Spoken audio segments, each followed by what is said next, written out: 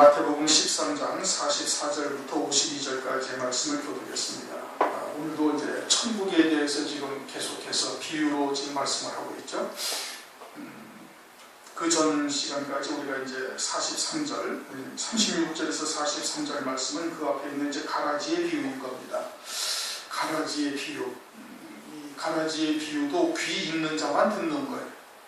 귀 없는 자들은 교회는 구원받고 세상은 심판받는다 이렇게 생각을 하는데 전혀 그런 뜻이 아니에요. 41절에도 보면은 저희가 그 나라에서 모두 넘어지게 하는 것과 또 불법을 행하는 자들을 거두어내어 이것이 가라지라는 얘기거든요.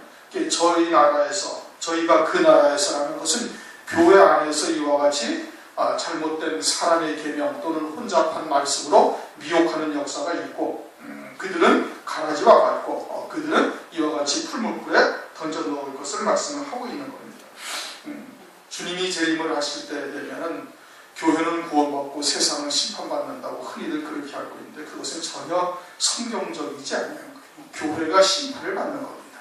이 교회가 심판을 받는데 교회 가운데 이와 같은 가라지가 있고 그들을 하나님께서 갈라내어서 풀무불과 같은 음부에 처해지게 되어질 것을 말씀을 하고 있습니다. 그러면서 이제 44절 천국은 마치 밭에 감추인 보화와 같으니 사람이 이를 발견한 후 숨겨두고 기뻐하여 돌아가서 자기 소유를 다 팔아 그 밭을 샀느니라.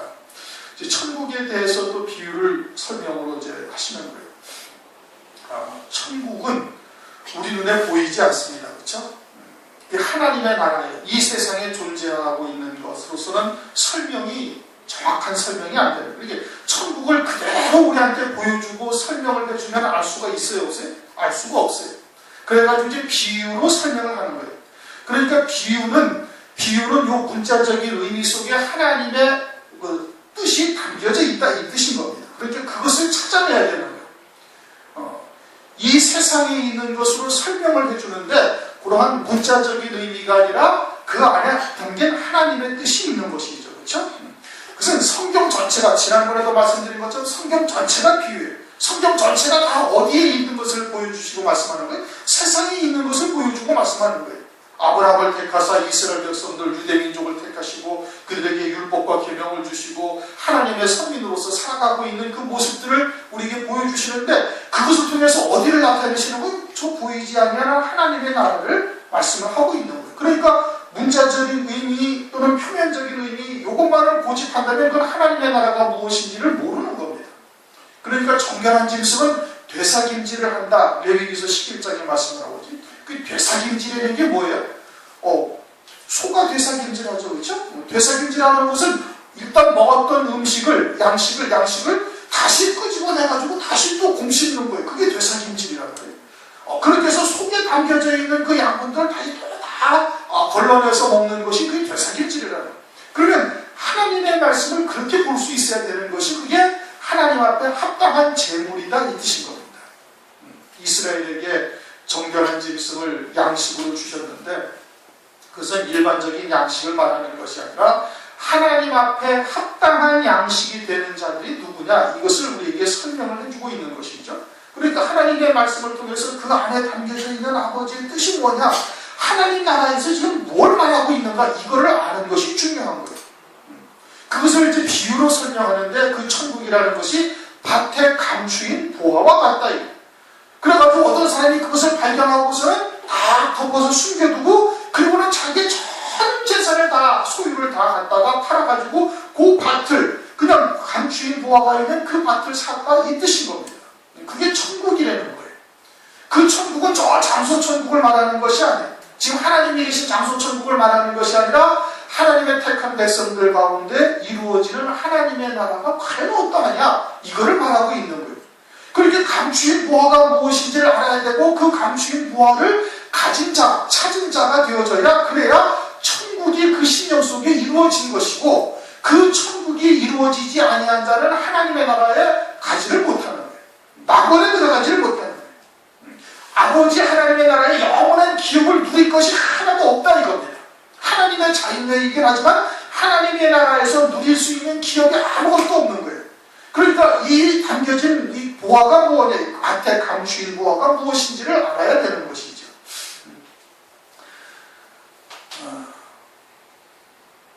고린도전서를 보시면은 고린도전서 3장 9절을 보면 너희는 하나님의 밭이요 그랬어요. 그렇죠? 우리가 하나님의 밭이라는 거예요. 그러니까 그 밭 속에 뭐가 있어요? 감추인 보화가 있다 이겁니다. 아주 보물이 감춰져 있다. 그럼 그 보물은 세상의 눈으로 볼 수가 있어요? 없어요? 보이지 아니하는 거예요. 우리의 신앙은 천국의 제자된 서기관들과 다른 이 무리의 신앙은 백성의 서기관들과 백성의 서기관들을 쫓고 있는 그들의 신앙은 이 밭에 감추인 보화를 세상에 있는 것으로 아는 거예요. 예를 들어서 재물의 복이라든지 세상의 권세라든지 또는 세상에서 행복하게 사는 것이라든지 등등 눈에 보이는 것으로 천국을 삼고 있다 이겁니다. 그것을 소망으로 삼고 있는 거예요. 그런데 이 천국이라는 것은 서두에도 말씀드린 것처럼 우리에게 보여지고 만져지고 느껴지는 것이 아니다 이거예요. 영원한 하나님의 나라를 보이는 것으로 지금 설명을 해주고 있는 거예요. 그러면서 고린도전서 3장 9절에 너희는 하나님의 밭이다. 그 속에 뭐가 감추어져 있다 이겁니다. 그게 뭐가 감추어져 있어요? 그 안에 예수의 생명이 감추어져 있는 거예요. 고린도후서 4장 7절 우리가 이 보배를 질그릇에 가졌으니 이 보배를 질그릇 토끼와 같은 우리 몸은 뭘로 만들었어요? 흙으로 만들었어요. 질그릇이다 이거예요. 밭이다 이거예요. 그 속에 뭐가 있다고요? 예수의 생명이 있는 거예요. 고린도후서 4장 7절에 우리가 이 보배를 질그릇에 가졌는데 이 보배가 뭐냐? 쭉 내려가서 고린도후서 4장 10절에 예수의 생명이다 이거예요. 예수의 생명이라는 건 뭘 말하는 거예요? 영원한 생명을 말하는 거예요. 영원한 생명. 우리가 이 땅에서 예수 믿다가 죽으면은 천당 간다는 것이 아니라 지금 우리 안에 영원한 생명이 있다는 것을 찾아내는 거다 이겁니다. 그전에도 설명을 드렸죠. 마르다가 우리가 다 죽고 나면은 하나님 나라 마지막 날에는 부활해가지고 하나님 나라 가는 걸 다 알고 있습니다. 그러니까 주님이 뭐라고 해요? 아니다 이거예요. 그것이 아니에요. 나는 지금 부활이요 생명이다. 죽었어도 나를 믿는 자는 살겠고 살아서 믿는 자는 영원히 산다 이거예요. 지금이 부활이라는 지금이 생명이라는 거예요. 그러니까 예수를 믿고 그리스도의 이름으로 세례를 받은 자는 그 생명이 무엇인지를 안다 이겁니다. 그리고는 그 생명으로 살아가는 거예요. 그래서 그 생명으로 살아가는 것이 그것이 새 피조물이다 이 뜻이 뭐라? 이전 것은 다 지나갔다 이거예요. 그래가지고 이제는 우리를 육체대로 알지 않냐 눈에 보이는 육체대로 알지 않냐고 그 안에 있는 하나님의 생명 그 안에 있는 예수의 생명으로 보는 자가 되어야 되는 거예요. 그것이 새 피조물이에요. 그것이 교회를 이루고 있는 거예요. 그러니까 교회 안에서 하나님의 말씀을 통해서 그리스도 안에서 새 생명이 있음을 발견하는 거예요. 그래가지고 자기의 모든 소유를 다 판다. 자기의 모든 소유를 다 팔아서 그 밭을 사는 거예요. 세상에서도요. 예전에 어떤 불법을 행하는 자들이 도박 사이트를 운영을 하다가 돈을 갖다가 불법으로 버는 돈을 수십억인지 수백억인지 기억이 잘 안 나는데 하여간 그거를 전부 다 비료포대에다 싸가지고 큰 페인트통에다가 담아가지고 자기 밭에다가 다 묻어놔 버렸었어요. 그쵸? 동생한테 줘가지고 자기 밭에 다 해놓고 수십억인지 수백억인지 하여튼 막 엄청난 것을 그와 같은 막 엄청난 황금 덩어리를 만약에 예를 들어서 막 밭을 간다가 딱 발견하면 어떻게 했어요? 그대로 덮어버리는 거예요. 드러내지 않아요. 그리고서 어떻게 그 밭을 산다 이겁니다. 세상에 속한 자들은 그렇게 하는 거예요. 그럼 그리스도 안에서 그 생명을 발견한 자들은 어떻게 한다는 거예요? 그 생명을 발견한 자들은 그 밭을 막 다사기 위해서 모든 것을 다 버린다 이겁니다. 숨겨두고 돌아가서 세상에 금덩어리를 갖다가 밭을 갖다가 어느 날 밭을 깊이 가다가 딱 발견하면 어떻게 남들이 볼까봐 싹 덮어놓고 가는 거예요. 마찬가지로 그러한 예수의 생명 그 영원한 생명을 발견한 자들은 어떻게 다 덮어버리는 거예요. 그럼 그것이 뭘 말하는 거예요? 은밀한 가운데 보시는 주님과만의 교제를 통해서 그 기쁨을 누릴 수가 있는 거예요. 마태복음 25장에 가면 열처녀의 비유가 나옵니다. 열처녀의 비유가 나오는데 5처녀는 슬기롭고 5처녀는 미련하다. 이렇게 슬기로운 자들은 별도의 기름을 준비하고 등불을 밝히고 신랑 예수님을 기다리고 있는 거예요. 그래서 다 같이 졸며 자는데 갑자기 신랑이다 나와서 맞아. 그러니까 막 허둥지둥 하는데 이제 등불이 다 꺼져가요. 그래가지고 별도의 기름을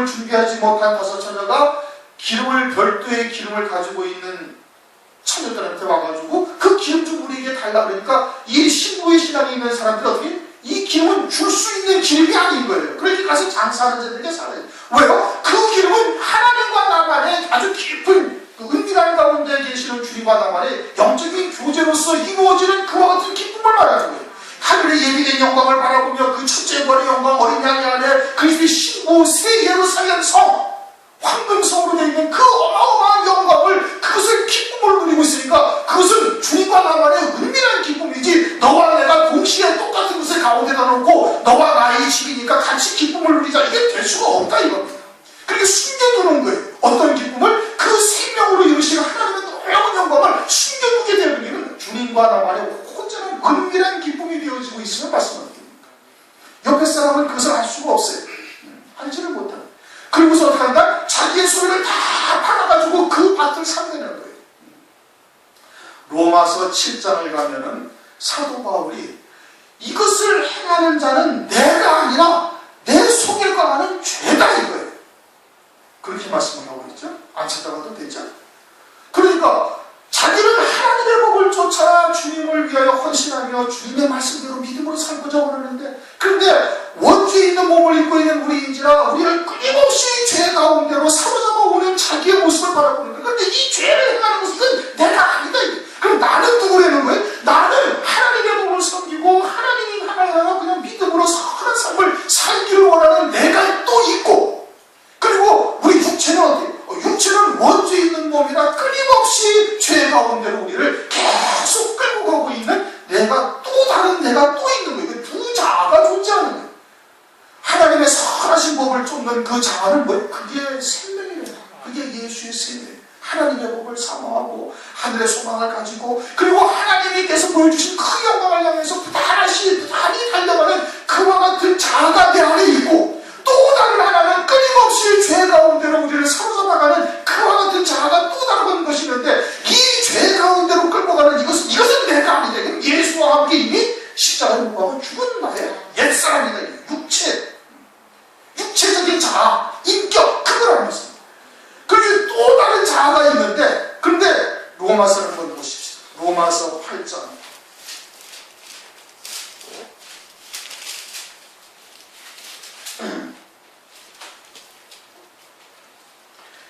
로마서 8장 12절 13절 로마서 8장 12절 13절 같이 읽습니다. 시작.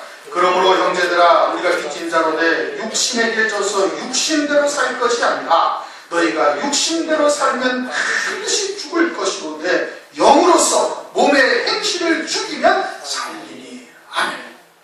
그리고 육신의 소욕대로 살아가면 어떻게 된다? 그는 사망이다. 그 영원한 멸망이거든요. 그런데 영으로서 몸의 행실을 죽이면은 그럼 어떻게 된다? 그러면 산자가 된다. 살아간다. 생명으로 살아갈 수가 있다. 그래서 그 정과 욕심을 십자가에 가오도 날마다 못 박는 거예요. 자기의 모든 소유를 팔아서 그 밭을 샀다라는 것은 옛사람의 정과 욕심 그와 같은 옛사람을 십자가에 못 박는 것이 그것으로 말미암아 그 보화가 담겨져 있는 그 밭을 사는 거예요. 새 생명 가운데 새 피조물로서 사는 자로서 살아갈 수가 있다 이겁니다. 영과 육은 항상 서로 대적을 하는 거예요. 갈라디아서 5장 17절에 말씀을 하고 있지 않습니까? 육신의 소욕은 성령을 거스리고 성령의 소욕은 육신을 거스려서 서로 하지 못하게 하는 거예요. 그러니 그와 같은 육신의 소욕을 십자가에 못 박고 정과 욕심을 못 박으면 못 박는 만큼 성령으로 살아갈 수 있는 자가 되는 거예요. 영으로서 몸의 행실을 죽이는 자가 되는 거예요. 영으로서 몸의 행실을 죽이지 못하고 육신대로 살면 어떻게 된다? 그건 멸망인 거예요. 영원한 멸망에 처해지는 거예요. 그러나 영으로서 몸의 행실을 죽이고 십자가에 못 박게 되어지면은 그러면은 그것은 산 자로서 생명 가운데 새 피조물로서 사는 자가 되는 거예요. 그러니 그 영원한 생명이 있음을 깨닫고 어떻게 한다? 자기의 모든 소유를 파는 거예요. 정과 욕심은 십자가에 낱낱이 못 박는 거예요. 날마다 나는 죽노라 고백한 사도 바울의 고백이 그와 같은 것. 그렇게 해서 어떻게 한다? 그 밭을 사는 거예요. 그리고선 그 기쁨으로 살아가는 것이 그것이 천국이다. 그것이 하나님 나라가 여러분 심령 속에 이루어진 거예요. 그 생명 가운데 그 생명으로서 그 생명을 위하여 살아가는 자가 되어질 때 그것이 천국 천국을 소유한 자가 되는 거예요. 그런데 그냥 이것도 저것도 아니고 그냥 내가 주를 위해서 열심을 내고 내가 말씀을 지켜가고 이것은 아직도 자아가 누군지, 참 자아가 무엇인지를 깨닫지 못하는 거예요. 그건 그리스도 이름으로 세례받은 자가 아닌 거예요. 아직 육신적인 행위는 받았을지 모르지만 영적으로는 세례받은 자가 아니다 이겁니다. 그리스도 이름으로 세례를 받은 자는 어떻게 되는 거예요? 정과 욕심을 옛사람은 십자가에 못 박혀 죽은 것이에요. 그리고는 그리스도 안에 있는 생명으로, 새 생명으로 살아가는 자가 되어지는 겁니다. 그것이 천국을 소유한 자가 되는 거예요. 하나님의 나라가 우리 심령 속에 이루어졌다 이겁니다. 그러면 그 다음 천국은 또 마치 좋은 진주를 구하는 장사와 같다. 이제 밭에 감추인 부화를 발견을 해서 그것을 이제 다 사버린 거예요. 아, 나는 예수와 함께 옛사람은 이미 정과 욕심 십자가 못 박아 죽은 거구나. 이 죄악된 몸은 예수와 함께 2000년 전에 이미 십자가 못 박아 죽었구나. 그것을 믿음으로 딱 받고 이제부터는 내가 오직 그리스도 안에 있는 새 생명 가운데 살리라 라고 결단을 하고 그 믿음에 딱 쓰면은 그 다음에는 어떻게 된다? 이제는 하나님의 나라가 보이기 시작을 하는 거예요. 그때서. 그때 하나님의 나라가 보이는 거예요. 그런데 하나님의 나라가 보여지니까 거기는 해와 같은 영광도 있고 달과 같은 영광도 다르며 별과 같은 영광도 다른데 별과 별의 영광이 다르더라 이겁니다. 고린도전서 15장 41절. 해의 영광도 달라. 달의 영광도 다르고 별의 영광도 다른데 별과 별의 영광까지 다 다른 거예요. 천차만별인 거예요. 어마어마한 해와 같은 영광도 있는데 해의 영광이 서로 각각의 영광이 또 다르고 달의 영광도 다르고 별의 영광도 다르고 별과 별의 영광이 다르고 그런데 하늘나라에 올라가서 앉아보니 하나님의 생명으로 그 예수의 생명으로 바라보니 하늘나라의 영광이 무수히 많이 있는데 그것이 천차만별인 거예요. 그래가지고 어떠한 영광이 가장 좋은 영광인지 그것을 찾고 있음을 말하는 겁니다. 진주가 뭐예요? 하늘의 영광을 말하는 겁니다. 요한계시록 21장을 가면 새 예루살렘 성의 문이 뭘로 되어 있어요? 진주로 되어 있다. 마태복음 5장 7절을 보면은 거룩한 것을 개한테 던지지 말고 진주를 누구에게 던지지 말라? 돼지에게 던지지 말라. 그럼 문자대로 해석하면은 세상 천지에 진주를 돼지에게 던지는 멍청한 사람이 어디 있습니까? 없잖아요. 그러니까 그것은 조금 전에 말씀드린 것처럼 이면에 다른 뜻을 갖고 있는 거예요. 그 돼지라는 짐승은 뭐예요? 성경에서는 돼지라는 짐승이 부정한 짐승이에요. 왜? 쪽발, 구분 갈라져 있을 때 되새김질을 못하니까 부정한 짐승이에요. 쪽발이 되는 것은 뭐예요? 땅을 디디고 있다는 거예요. 그런데 갈라졌어요. 갈라져서 쪽발이 됐다는 것은 아, 나는 땅에도 한쪽 발을 디디고 있고 하늘나라에도 내가 한쪽 발을 디디고 있구나 라는 것은 알고 있어요. 알고 있는데 되새김질 안 한다는 것은 하나님의 말씀을 통해서 참된 복이 무엇인지 하나님 아버지 온전하신 뜻이 무엇인지를 모르는 거예요. 그냥 먹고 문자대로 그냥 한 번 먹고 그냥 딱 뒤로 나가는 거예요. 정결한 진수 어떻게? 한 번 먹고 다시 끄집어내가지고 그 말씀을 공씹어서 그 속에 담겨져 있는 하나님의 뜻이 무엇인지를 깨닫는 자였는데 이 돼지는 깨닫지를 못해 그냥 먹으면 그냥 나가버리는 거예요. 그것은 문자대로 있는 그냥 하나님의 말씀에 충성했더니 복을 받았고 무병장수하고 자식들도 많이 낳고 가정이 행복하고 등등 눈에 보이는 것들만 추구하고 있는 그와 같은 신앙인 것을 말하고 있는 거예요. 그건 부정하다 이거예요. 하나님 앞에 부정하다 이거예요. 그 돼지와 같은 짐승에게는 아무리 하나님의 나라의 영광, 진주라는 영광을 보여줘도 모르는 거예요. 들어도 듣지 못하는 거예요. 아유, 그것은 죽고 나서 가봐야 하는 일이지. 여기서 어떻게 하나?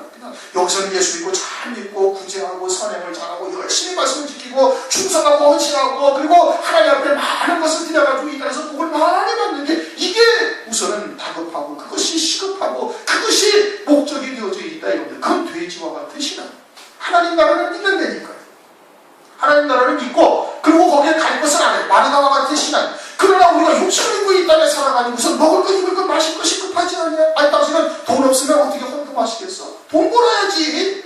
아 이거 복 받는 게 싫어? 뭐 이 땅의 소리를 하면서 그냥 먹고 문자적인 의미 그냥 모세의 얼굴에 아직도 수건이 가려져 있어서 세상에 복된 것을 쫓는 그와 같은 신앙으로 변질된 거예요. 먹고 마시고 시집가고 장가가고 그것만이 신앙의 목적인 거예요. 그건 뭐예요? 그건 돼지와 같은 신앙. 그들에게는 진주를 던지지 말래. 아무리 첫째 벌의 영광, 하나님 나라의 영광, 새 예루살렘 성이 어떠하고 그것이 그리스도의 영광에 차지하는 것이고 하나님과 같은 영광에 영원히 그 영광이 있다는 것을 깨닫지 않도록 설명을 해줘도 못 알아듣습니다. 아예 모르는 거예요. 우선 뭐가 중요한 게 당장 돈 버는 게 중요한 거고 당장 먹고 사는 게 중요한 것이고 그것은 가봐야 하는 거 아니겠습니까? 라고 반문하면서 받아들이지 않는다며. 그래서 돼지한테는 진주를 던지지 말라요. 그런데 천국은 그 밭에 감추인 부하의 땅, 그 밭을 산 자는, 그 생명이 있는 자는 그 다음에는 뭘 봐요? 뭐가 가장 큰 영광인지 하나님의 말씀을 통해서 그것을 살펴보는 거예요. 그러다 보니까 해와 같은 영광도 있고 달과 같은 영광도 있고 별과 같은 영광이 있는데 해의 영광이 각각이 달라요. 달의 영광이 각각이 다르고 별과 별의 영광이 각각이 다른 이 어마어마한 하나님의 나라의 것을 보는 거예요. 그래서 진주를 장사하는 자와 같아요. 어떤 영광이 가장 큰 영광인지를 살펴보게 되어집니다. 그러다가 뭘 봐요? 극히 값진 진주가 몇 개 있어요? 다 한 개밖에 없는 거예요.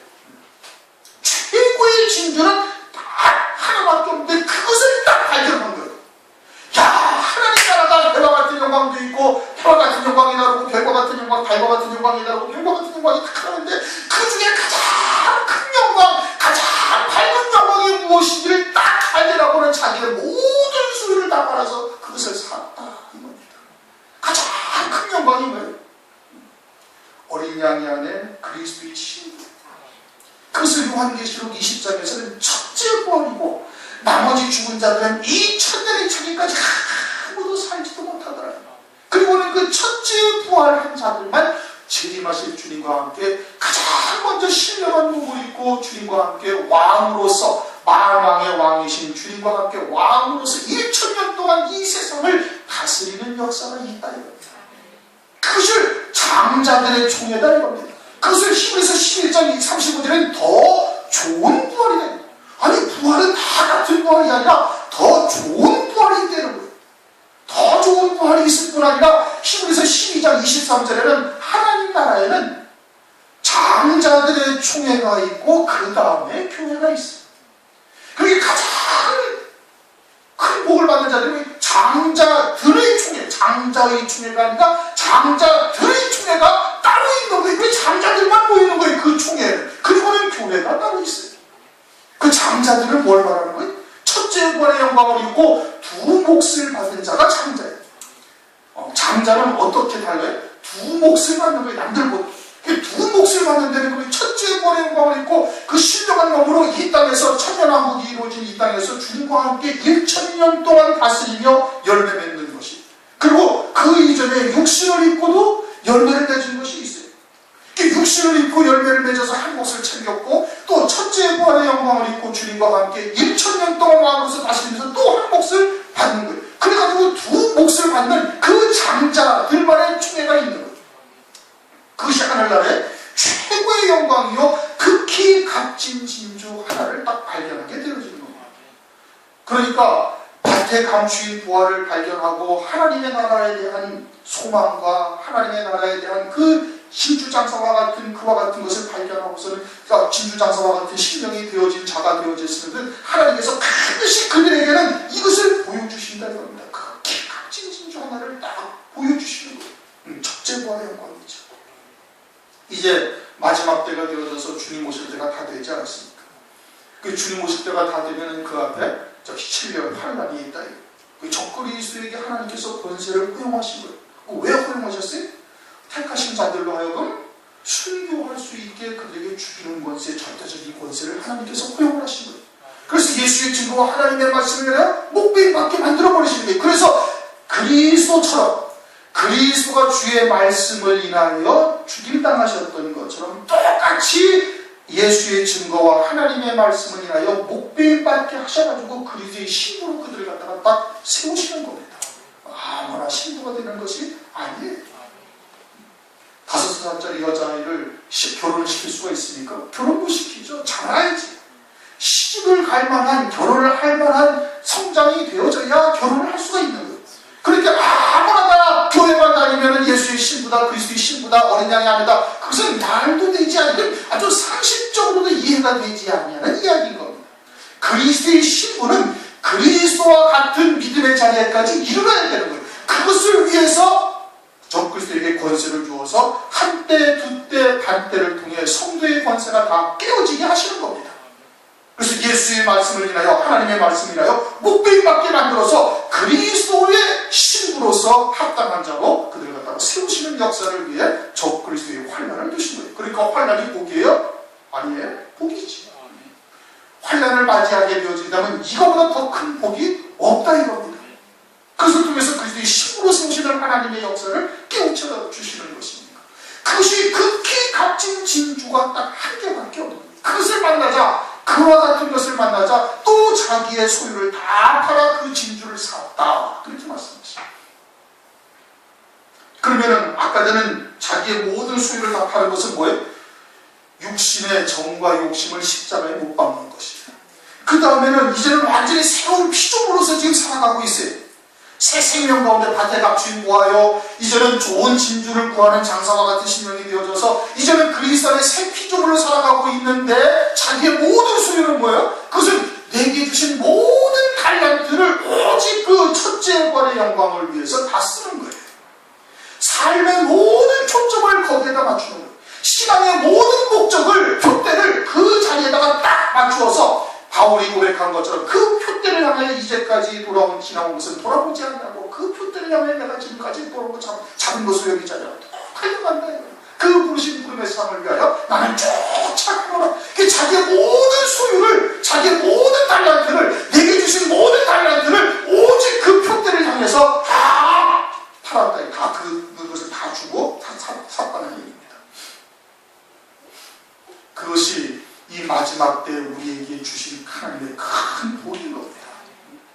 지금 우리들이 보기에는 외형적으로는 그저 배우지 못하고 가진 것도 없고 세상에서 초라하고 못나고 천대받고 멸시받는 자들이지만, 그러나 하나님의 나라는 세상과는 비례하지 않습니다. 여러분들의 심령 속에 어떤 말씀이 생명이 되어져 있는가, 그 말씀을 믿는 자에게 그 말씀대로 이루어지는 역사가 장차 하나님 나라에서 이루어지게 되어지는 거예요. 그 말씀을 믿는 자에게 그 말씀대로 이루시는 거예요. 어떤 말씀을 믿고 있습니까? 첫째 번의 영광, 어린 양 안에 환난을 통해서 이루신 구원의 그 비밀들을 깨닫고 그 말씀을 쫓아 표대를 삼아 달려가고 있습니까? 모든 소유를 다 팔아서 그 진주를, 극히 값진 진주 하나를 샀으면 그 말씀대로 하나님께서 이루시는 거예요. 언제? 이 마지막 때 하나님께서 이루시는 거예요. 그러면서 이제 마지막 때에 대한 비유를 47절부터 또 하는 거예요. 천국은 그렇게 되어진 자에게 천국은 마치 바다에 치고 각종 물고기를 모는 그물과 같다. 천국이 뭐와 같다? 그물과 같다. 근데 그 그물이 어디에 있어요? 바다에 있어서 각종 물고기를 모으는 그물이에요. 그 그물은 뭐예요? 교회를 말합니다. 그런데 교회가 각종 물고기, 각자의 믿음이 각양각색으로 다른 겁니다. 그렇게 각종 물고기, 믿음이 전부 다 똑같이 간 해의 영광도 달라요. 달의 영광도 달라요. 별의 영광도 다른데 별과 별의 영광까지 다 다른, 이게 각종 물고기들이 다 있는 어디에? 교회 안에. 각양의 믿음을 따라 그대로 하나님께서 이루시는 거예요. 근데 그 물고기가 어디에 살아요? 바다에 살아요. 그러니까 바다에 치고 각종 물고기를 모으는 그물과 같다 이게. 바다는 어떤 바다를 말하는 거예요? 죄악의 바다를 말하는 것이죠. 욥기서에 말씀하시고 우리가 그냥 죄악을 물 마시듯 먹고 살아가는 물고기와 같은 인생들이에요. 왜? 원죄 있는 몸을 입고 있으니까. 잠시라도 방심하면 그냥 죄악에 빠져버릴 수밖에 없는 존재들이 우리예요. 그 죄악을 물 마시듯 먹고 가면서 살아가는 그 가운데서 그물을 다 치고 각종 물고기를 모으는 그물과 같아요. 이게 교회를 말씀을 하시는 거예요. 그래서 그물에 가득하네. 그래서 이 그물에 가득하다. 마지막 때가 되어졌으니까 이제 믿을 만한 사람들은 거의 다 믿는 겁니다. 여러분 나가서 전도해 보셨죠? 예수 믿고 우리 구원받고 재림하실 주님을 우리가 맞이해 봅시다. 콧방귀 낍니다. 두 번 얘기하면 이게 또라이로구나 이거 완전히. 이건 미쳐도 단단히 미쳤네 하면서 딱 외면해버리는 거예요. 세 번째 얘기하면 욕합니다. 여러분. 그럴 정도로 이제 전도가 되지 않냐요. 그러니까 그물에 가득하며 물가로 끌어내고 앉아서 좋은 것은 그러지도 않고 못된 것은 내고, 좋은 것은 그러지도 않으면 좋은 것은 어떻게? 죽어요. 물가에 앉아가지고 못된 것을 다시 내어버려. 어디로 버려요? 물속에다, 바닷속에다 던져버리는 거예요. 그렇게 죄악의 바닷속에는 계속해서 의인중 악인들만 거기에 계속 묻어있는 거예요. 뒤에 나오죠. 세상 끝에도 이러하네. 세상 끝에 어떻게 하신다는 거예요? 하나님께서 그렇게 좋은 것은 그러지 않고 악한 것은 던져버리신다는 얘기입니다. 무엇을 통해서? 환난을 통해서. 세상 끝에 유일하여 천사들이 와서 의인 중 악인을 가르쳐. 의인이 다 의인. 어디가 의인이? 교회 안에가 의인들인 거예요. 하나님께서 그 생명으로 나오시고 육체를 입혀 이 땅에 보내시고 그리고 때가 이르면 예수의 구원을 통해서 불러 믿게 하신 거예요. 그게 의인들만 있는 거예요. 교회는 구원받고 세상은 심판받는다 이게 그런 것이 아니라 의인 중 악인을 갈라내서 그 의인 중 악인들을 쇠풀과 같은 풀무풀과 같은 그와 같은 음부에 쳐내버리시겠다 이 뜻인 겁니다. 그러니까 어디를 심판하신다는 거예요? 교회를 심판하는 거예요. 세상은 이미 심판받은 거예요. 예수 안 믿는 것이 이미 심판받은 증거예요. 그러니까 예수를 믿는 하나님의 백성들 가운데 의인 중 의인은 골라내서 그러지도 않고 의인 중 악인은 그들은 다시 던져버리는 거예요. 그리고서는 마지막 때 어떻게 한다? 그 쇠풀, 풀무에 던져넣으니 거기서 울며 이를 갈리 있습니다. 음부에 처해지는 것이죠. 누가복음 16장에 호화로에 연락하던 부자와 나사로라 이름한 거지에 대한 비유를 주님이 말씀하세요. 그렇죠? 나사로라 이름했다라는 것은 하나님 나라의 생명책에 그 이름이 기록됐다는 것이고 이름이 없는 부자는 그 이름이 다 지워져 버린 거예요. 그래서 아브라함 아버지 아브라함이요. 그 부자가 음부에서 아버지 아브라함이요 부릅니다. 여기서는 번역이 그렇게 되어 있지 않지만 성경 원문에는 아브라함이 뭐라고 대답하냐면 오 내 아들아 그렇게 대답해요. 아브라함의 자손이라는 거예요. 그러면 유대인이라는 얘기요 하나님의 자녀라는 뜻인 겁니다. 오늘날로 말하면 교회를 다니는 신자라는 얘기. 그런데 호화로에 연락하다가 어디에 가요? 음부에 처해지는 거예요. 음부에 처해져 가지고 거기에서 아브라함 품에 앉아있는 나사로를 바라보는 겁니다. 그러고서는 나사로 손가락 끝에 서늘한 물 한 방울만 찧어서 나에게 좀 넣어달라. 혀 끝을 좀 서늘하게 해달라. 그러자 아브라함이 뭐라고 해요? 너와 우리의 사는 큰 구렁이 있어요. 많이 보는데 큰 구렁이 있어서 거기서 여기 올 수도 없고 여기서 거기로 갈 수도 없고 이게 영원히 음부에 처해지는 겁니다. 그게 어디? 풀무불에 던져놓으리니 이겁니다. 영원히 고통 중에 살아가는 거예요. 지옥과는 전혀 다른 곳입니다. 지옥은 영원한 불못이고 음부는 아주 고통 중에 있는 거예요. 부자가 간 곳이지. 왜? 하나님의 뜻이 무엇인지를 깨닫지 못하고 호흡에 연락하다가 육신을 즐겁게 하다가 세상의 복된 것을 쫓고 살다가 오는 거예요. 욥기서에 우리가 지금 요즘 상고가 있잖아요. 하나님의 아들들과 사탄들이 하나님 앞에 오는 거예요. 그 사탄이 실제 사탄이 아니라 하나님의 자녀이되 사단의 일꾼, 사단의 종이 되어서 마귀의 종이 되어져서 이 땅에서 세상을 여기저기 돌아다니며 구경하다 온 자들을 말합니다. 하나님의 자녀들이죠. 그런데 이 땅에서 어떻게 했어요? 세상을 여기저기 돌아다니며 구경하다 온 거예요. 세상 것만 즐기다가 하나님의 나라에 온 거예요. 마귀의 종으로서 살다가 헛된 인생을 살다 온 것이죠. 그들은 어디에 간다? 풀무불에 던져놓은 거예요. 그래서 거기서 어떻게 아주 평생 영원히 슬피 울며 일을 가는 것입니다. 왜? 왜 이빨을 가나요? 이 땅에서 자기들은 열심히 신앙생활 한다고 열심히 신앙생활 하는 거예요. 헌신도 많이 하고 헌금도 하고 11조와 감사임을 빠지지 않냐고 드리고 새벽기도도 꼬박꼬박 드리고 3일밤 예배 금요기도에 빠지지도 않냐고 열심히 신앙생활하면서 주를 위해서 목사의 말을 쫓아서 열심히 신앙생활했는데 그것이 다 불타 없어졌다. 억울하지요? 안 하고서 놀기라도 했으면 다행인데 그러냐고 열심히 충성하고 헌신하고 한 번 다 하고 그랬는데 올라와 보니까 아무것도 남은 것이 없는 거예요. 고린도전서 3장에도 다 같이 그리스도의 터 위에 집을 짓는데 어떻게 짓는지를 너희들이 조심해야 된다. 다 같이 집을 짓는데 어떤 사람은 나무와 풀과 짚으로 짓고 어떤 사람은 금과 은과 보석으로 짓는데 그런 다음에 뭐가 있다? 불과 같은 공력이 시험을 통과해야 된다. 그리고 어떤 사람은 다 불타 없어지는 풀과 나무와 짚으로 지은 것은 다 불타 없어졌어요. 그래서 불구덩이에서 겨우 구원받았다. 생명만 구원받은 거예요. 가죽옷을 구원받은 생명만 구원받은 거예요. 그리고서 어디에 있어요? 풀무불에서 영원히 음부에 처해져가지고 거기서 슬피 울며 일을 간다는 거예요. 억울해가지고 자기는 다 했는데 11조 다 했는데 감사합니다.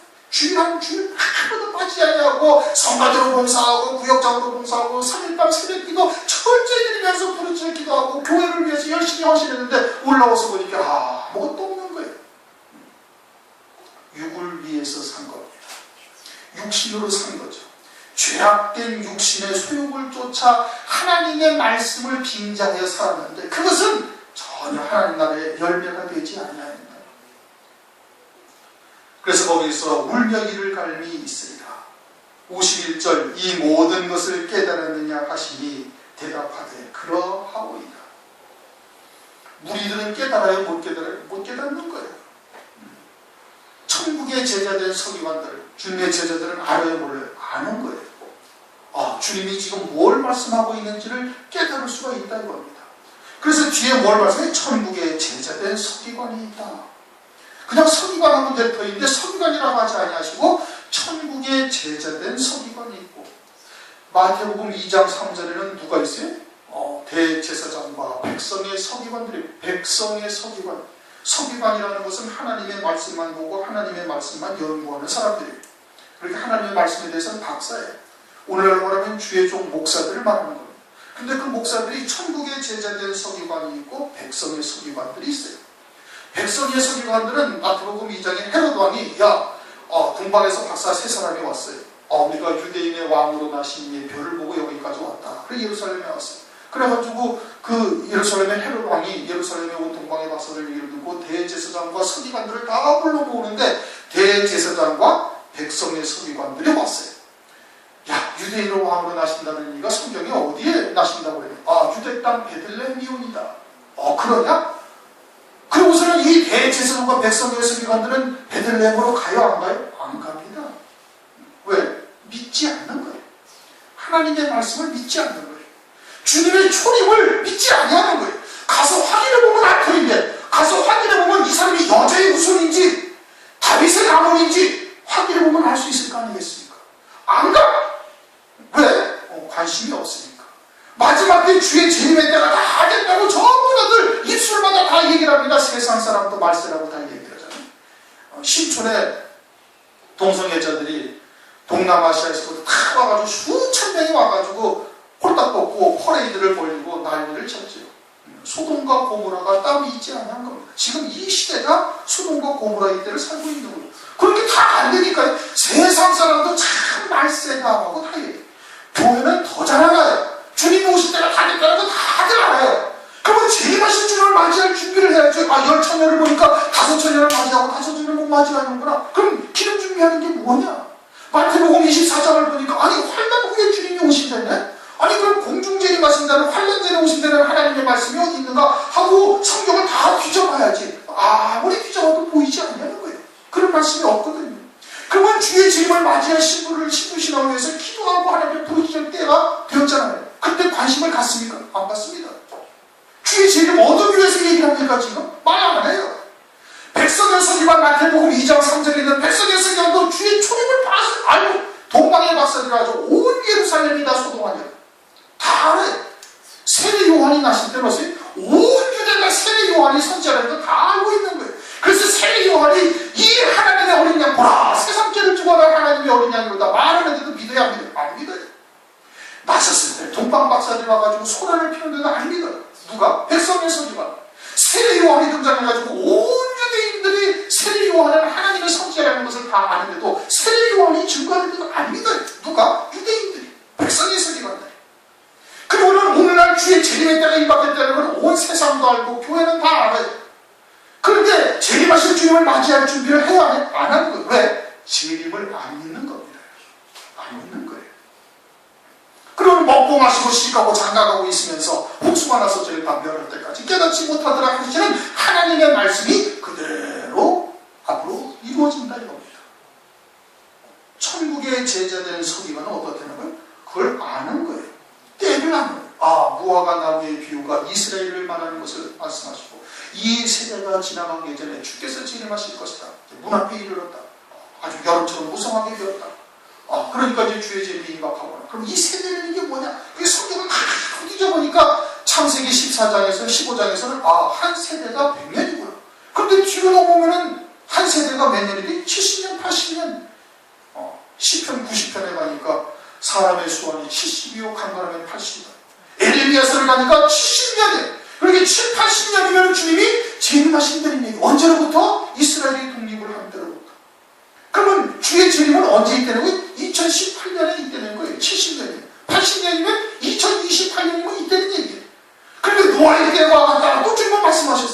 노아의 때는 주님께서 120년 후에 하나님께서 심판하신다 했는데 실제는 몇 년 했어요? 98년, 97년 내지 98년에 홍수로 딱 심판하신 겁니다. 그 말씀하신 거예요. 그러니까 마지막 때가 다 이어져 있으면 이제는 어떻게 해야 돼? 이제는 모든 것들을 다 접고 주의 재림에 초점을 딱 맞춰야 되는 겁니다. 천국에 제재된 서기관들은 알아요. 그리고 그 말씀을 성령, 진리의 성령으로 깨닫고 있는 자들은 들을 수가 있는 거예요. 무리의 신앙은 듣지 못하는 거예요. 예수께서 가라사대 그러므로 천국에 제재된 서기관마다 마치 새것과 옛것을 그 곳간에서 내오는 집주인과 같아요. 집주인은 곳간에 뭐가 어디 들어있는지 다 압니다. 그렇죠? 다 알아서 필요한 대로 다 가져오는 거예요. 새 것은 뭘 말하는 거예요? 주님이 요한복음 13장 34절 내가 새 계명을 너희에게 주노라.